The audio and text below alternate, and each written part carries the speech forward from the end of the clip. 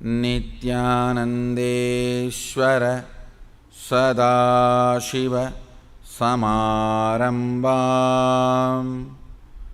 नित्यानन्देश्वरि आदिशक्तिमध्यमाम् अस्मदाचार्यपर्यन्तां वन्दे गुरुपरम्पराम्.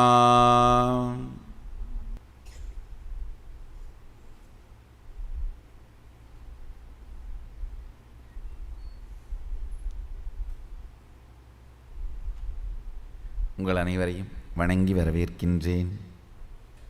உலகம் முழுவதிலும் இருமுனை காணொளி காட்சியின் வழியாகவும் தீபம் டிவி, ஆகமம் டிவி, நித்யானந்த தொலைக்காட்சி மூலமாகவும் அமர்ந்திருக்கும் அன்பர்களையும் சீடர்களையும் வணங்கி வரவேற்கின்றேன். வேதங்கள் வாழ்வின் அடிப்படை அறிவியல். ஆகமங்கள் அதை தினசரி அனுபூதியாக மாற்றுகின்ற நுட்பம். ஆழ்ந்து கேளுங்கள். வேதங்கள் வாழ்க்கையின் அடிப்படை அறிவியல். ஜீவன், ஜெகத், ஈஸ்வரன், பசு, பதி, பாசம். பசு என்பது தனிப்பட்ட ஜீவன், பதி என்பது பரம்பொருள், பாசம் என்பது இவைகளுக்கு இடையிலே திரையாக இருக்கும் மாயை. ஜீவன் தனிப்பட்ட உயிர், ஜெகத் பிரபஞ்சம், ஈஸ்வரன் இறைவன். இவைகளைப் பற்றியெல்லாம் அடிப்படை உண்மைகளை நமக்கு அறிவிக்கக்கூடிய அறிவியல் வேதம். இந்த அறிவியலினாலே நம்முடைய வாழ்க்கையை சாதாரண நிலையிலிருந்து மிக உயர்ந்த நிலைக்கு கொண்டு சென்று உயர்ந்த நிலையிலே நம் வாழ்க்கையையே மலர வைக்கின்ற நுட்பம் ஆகமங்கள். ஆகமங்கள் உயிரை உயிர்ப்பிக்க வைக்கும் ஒரு உயர்தன்மையின் உயர்விற்கு நம்மை உயிர்ப்பிக்க வைக்கும் சக்தி வாய்ந்தவைகள். இந்த ஆகமங்களிலே அடிப்படையான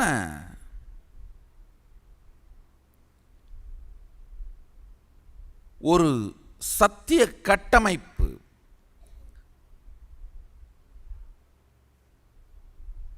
அருமையான ஆழ்ந்த சத்தியங்களை நம்முடைய அனுபூதியாக மாற்றிக்கொள்வதற்காக ஏற்படுத்தப்பட்டிருக்கும் கட்டமைப்பு, சத்தியத்தை சாத்தியமாக்கும் கட்டமைப்பு. Infrastructure which is built for us to realize the ultimate. இந்த உதாரணத்தை புரிந்து கொள்ளுங்கள். பெரும் வெள்ளம் ஒரு அணையாலே தடுக்கப்பட்டிருக்கின்றது. அந்த வெள்ளம் மீண்டும் சர்வ சுதந்திரமாக பழையபடி பொங்கிச் செல்ல வேண்டுமானால் அணை உடைக்கப்பட்டாக வேண்டும். இந்த அணையை உடைக்கின்ற வேலையை நீங்கள் ஒவ்வொரு செங்கல்லா, ஒவ்வொரு கருங்கல்லா, ஒவ்வொரு கல்லா உடைச்சி உடைச்சி எடுத்து பண்ண வேண்டிய அவசியம் இல்லை.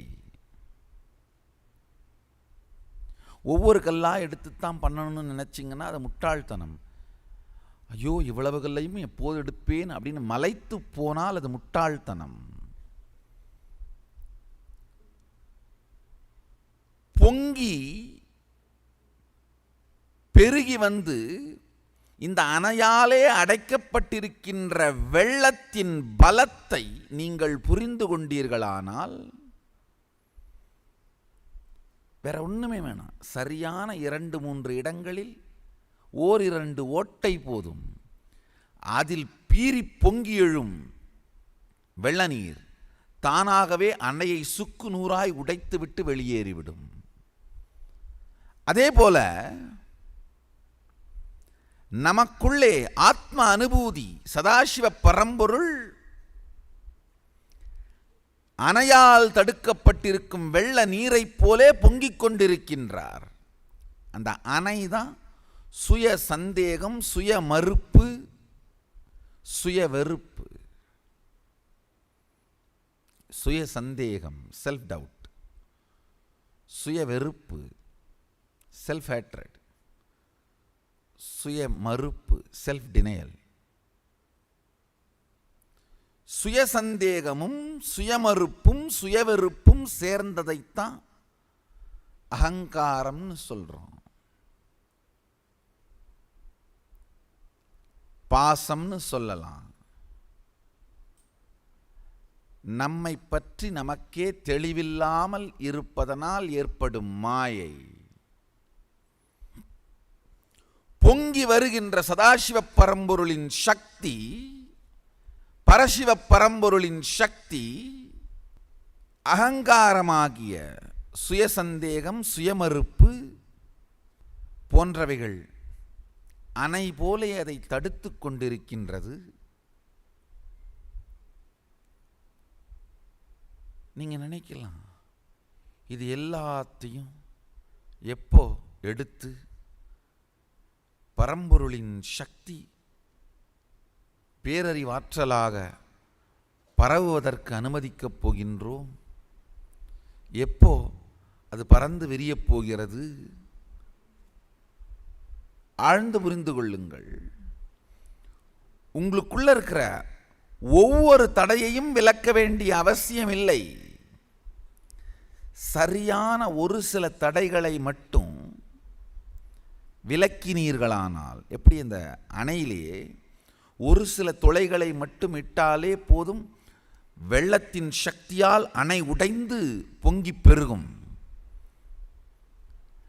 அது மாதிரி நாம் நம்மை பற்றி வைத்திருக்கும் கருத்தான அகங்காரத்திலே ஒரு சில துளைகளை இட வேண்டும். அந்த துளை இடுறதுனா என்னன்னா சக்தி வெளிப்பாடு. நம்மை பற்றி நாம் வைத்திருக்கும் கருத்தை மாற்றுதல், நஞ்சாய் இருக்கும் நெஞ்சை பஞ்சாய் மாற்றுதல்.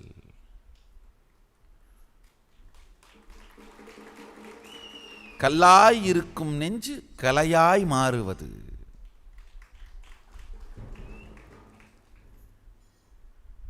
நம்முடைய உணர்விற்குள்ளே நம்மை பற்றி நாம் வைத்திருக்கும் கருத்துக்கள் சக்தி வெளிப்பாட்டின் மூலமாக மாறத் துவங்கினால்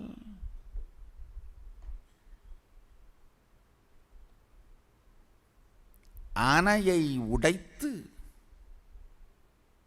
வெள்ளம் பொங்குவது போல்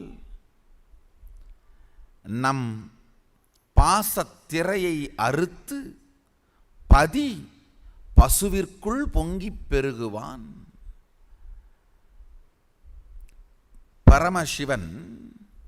பரசிவன் ஜீவனுக்குள் பொங்கிப் பெருகி தன் சாநித்தியத்தை நிலைநிறுத்திக் கொள்வதுதான் ஜீவன் சிவனாகும் சிவ வாழ்க்கை.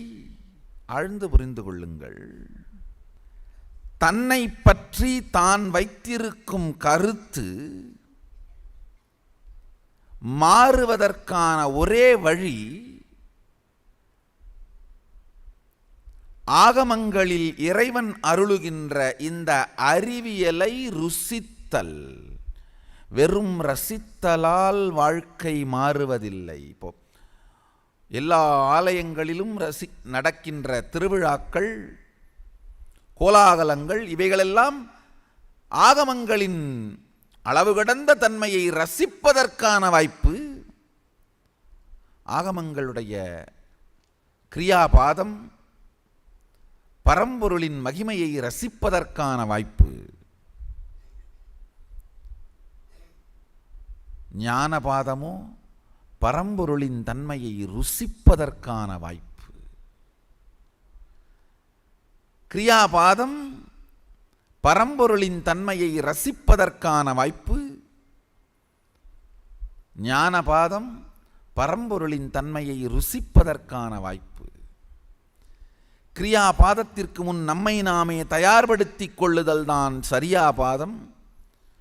ஞானபாதத்திற்கு முன்பு நம்மை நாமே தயார்படுத்திக் கொள்ளுவதுதான் யோகபாதம். ஆகமங்களின் இந்த 4 பாதங்களுமே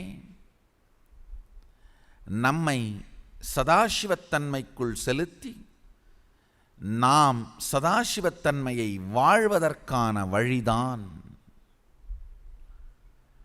நாம் பரம்பொருளை, இறைவனை, சதாசிவப் பொருளை அனுபூதியாக அடைந்து சதாசிவத்தன்மையை வாழ்க்கையின் ஒவ்வொரு நிலையிலும் வெளிப்படுத்துவதுதான் ஆகமங்களின், வேதங்களின் சாரம். அது நமக்கு அளிக்கும் சத்தியம். பிரச்சனையே இந்த சத்தியத்தை யாரும் மறுப்பதில்லை. அது சாத்தியமா இல்லையா என்கிற நிலையில்தான் சிக்குகிறார்கள். சாத்தியம் சாத்தியமில்லை என்று வாத பிரதிவாதங்கள் எப்போதும் நிகழும்.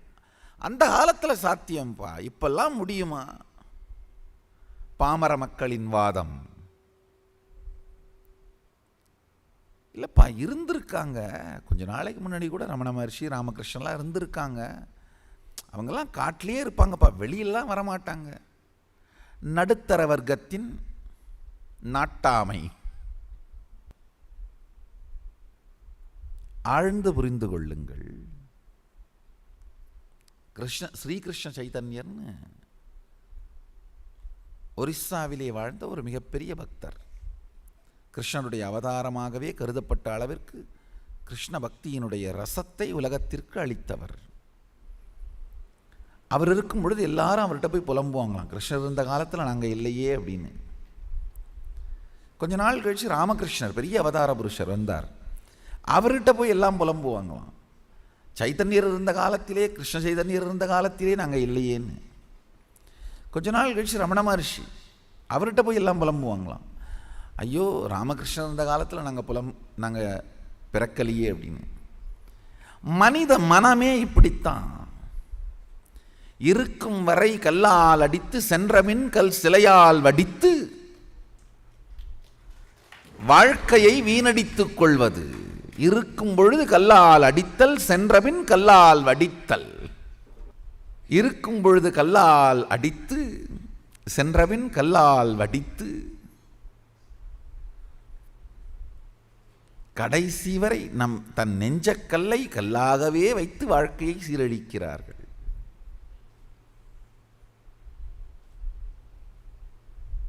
பெருமான் ஆகமங்களிலே அளிக்கின்ற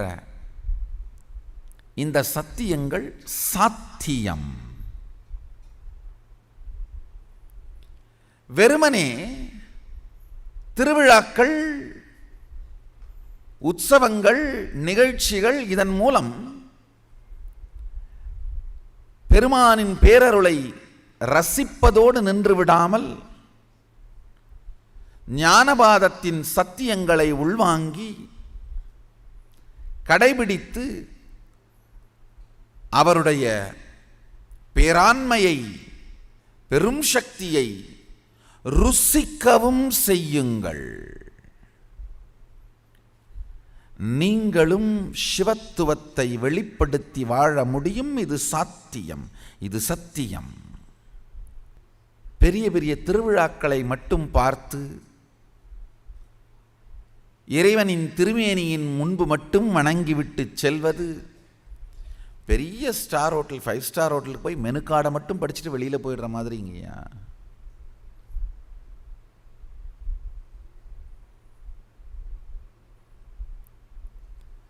நாமே சக்தி வெளிப்பாட்டை அனுபூதியாக அறிந்து நாமே அந்த சிவத்தன்மையை வாழ்ந்து சதாசிவத்துவத்தை வெளிப்படுத்துவதுதான் உண்பதற்கு சமம். வெறுமனே ரசிப்பது வேறு, ருசிப்பது வேறு.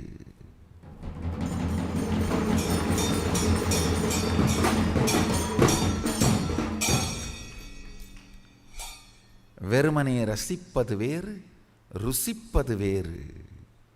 சதாசிவன் இந்த உலகத்திற்கு அருளியிருக்கின்ற இந்த அறிவியலை ருசிக்க வேண்டும் என்று நினைத்தீர்களானால் வாருங்கள், சிவதீட்சை எடுத்துக் கொள்ளுங்கள். நீங்களும் தியானத்தில் மூழ்குங்கள். இறைவனுடைய சதாசிவ பரம்பொருளின் சாநித்தியம் உங்களுக்குள் மலர அனுமதியுங்கள். உங்களுடைய மூன்றாவது கண்ணும் ஒளிர அனுமதியுங்கள். அவருடைய சக்திகள் உங்களுக்குள் வெளிப்பட அனுமதியுங்கள்.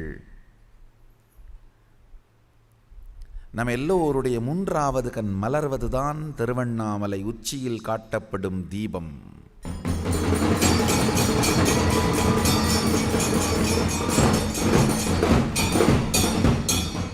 மலை தீபம் பெருமான் பேரருளை ரசிப்பது, அகத்தீபம் பெருமான் பேரருளை ருசிப்பது.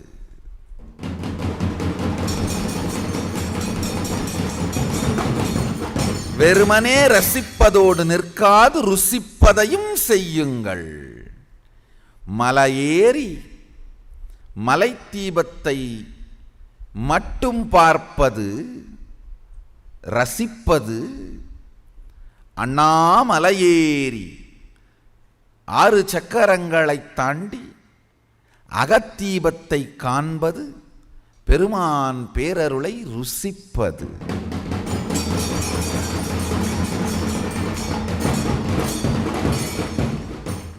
ரசிப்பதை மாத்திரம் செய்யாமல் பெருமான் பேரருளை ருசிப்பதையும் செய்தீர்களானால் வாழ்வு பெருவளம் பெற்று சதாசிவத்தன்மையில் மலர்ந்து, ஆழ்ந்து புரிஞ்சுக்குங்க, கருத்து அறிவாகாது, அறிவு அனுபவமாகாது, அனுபவம் அனுபூதியாகாது. வெறும் கருத்து உற்சாகம் வேண்டுமானால் அளிக்கலாம். ஒரு சாதாரண நல்ல கருத்தை கேட்டால் உற்சாகம் வேணா வரலாம்.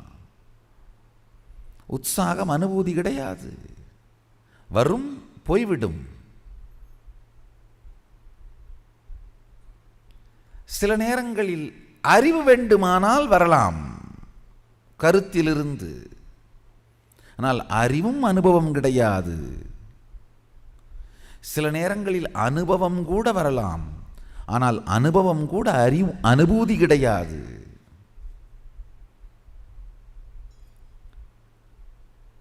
கருத்து, அறிவு, அனுபவம், அனுபூதி எப்பொழுது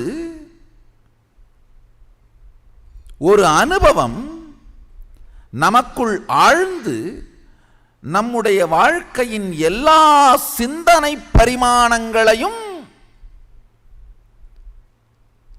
இந்த அனுபூதி சார்ந்தே பரிணமிக்க வைக்கின்றதோ அப்பொழுது அனுபவம் அனுபூதியாய் மாறுகிறது. ஆழ்ந்து கேளுங்கள். எப்பொழுது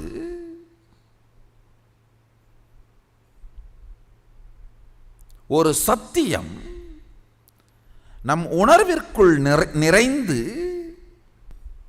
நம்முடைய அனுபவமாய் மாறி நம்முடைய எல்லா சிந்தனை ஓட்டத்திலும் மலருகின்றதோ அப்பொழுது அது அனுபூதியாய் மாறுகிறது. உதாரணத்துக்கு, ஒரு ஞான குரு ஆகமத்தை பற்றி அறிமுகம் கொடுத்தா அது கருத்து. அதை பற்றி கொஞ்சம் ஆழமான நுட்பங்களை விளக்கினா அது உங்களுக்கு அறிவு. உங்களை செய்ய வச்சு தீட்சை கொடுத்து ஒரு சக்தியை உங்களை வெளிப்படுத்த வச்சா அது அனுபவம்.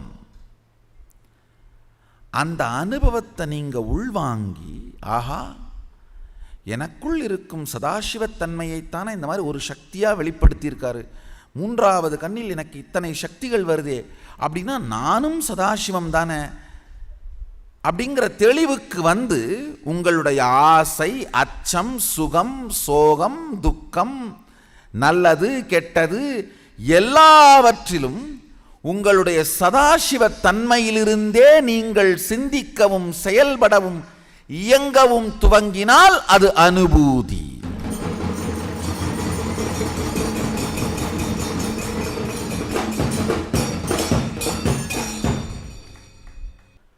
மிருக மாமிசத்தை தின்னுகின்ற மனிதனுக்கு காய்கனி உணவின் இனிமைத்தன்மை மனதில் சிக்குவதுமில்லை, உணர்வால் உணரப்படுவதும் இல்லை. நல்லா புரிஞ்சுக்குங்க. மாமிசம் கீழ்நிலை மனிதர்களின் உணவு, விலங்கு நிலை மனிதர்களின் உணவு. இயற்கையான கனிகாய்கள் உயர்நிலைக்கு செல்ல விரும்பும் மனிதனின் உணவு. உணர்வு தவிர வேறொரு உணவில்லாது இருத்தல் உயர்நிலைக்கு சென்றவனின் வாழ்க்கை. ஆழ்ந்து புரிந்து கொள்ளுங்கள்.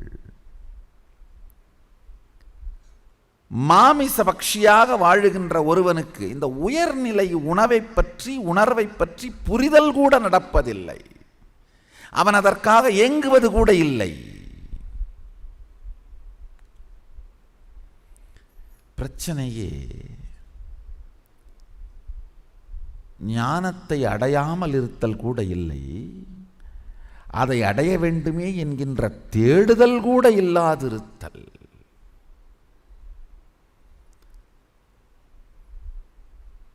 தேடுதல் வந்தால்தான் ஆகமங்கள் கூட தெளிவை அளிக்க முடியும். தேடுதல் வந்தால்தான் ஆண்டவன் கூட அனுபூதியை அளிக்க முடியும். தேடுதல் வராதவரை ஆண்டவனே முன்னாடி வந்தாலும் ஆதார் கார்டு கேட்போம். பிரபஞ்சத்திற்கே ஆதாரமானவன் முன் வந்தாலும் ஆதார் கார்டு கேட்போம். மண்ணை படைத்தவன் வந்தாலும் மண்ணை சுமக்க வைப்போம். நம்மையெல்லாம் விடுதலை செய்வதற்கு வந்தவனை கூட சிறையில் இட முயற்சிப்போம். வாழ்க்கை தேடுதல் இல்லாத பொழுது எதனை பற்றிய தெளிவும் வருவதில்லை. தேடுதல் வரும் பொழுதுதான் வாழ்க்கையில் தெளிவு பிறக்க துவங்குகிறது. சக்திகள் மலரும் பொழுதுதான் சதாசிவத்தன்மை சாத்தியம் என்று நம் எல்லோருக்கும் புரிய துவங்குகிறது. சக்திகளை உங்களுக்கு சாத்தியமாக்கும் தீட்சைகள் ஆகமத்தில் பெருமான் அருளியவாறே சக்திகளை உங்கள் சாத்தியமாக்கும் தீட்சைகள் தொடர்ந்த தியான சத்சங்கங்களில் உங்களுக்கு வந்து சேரும்.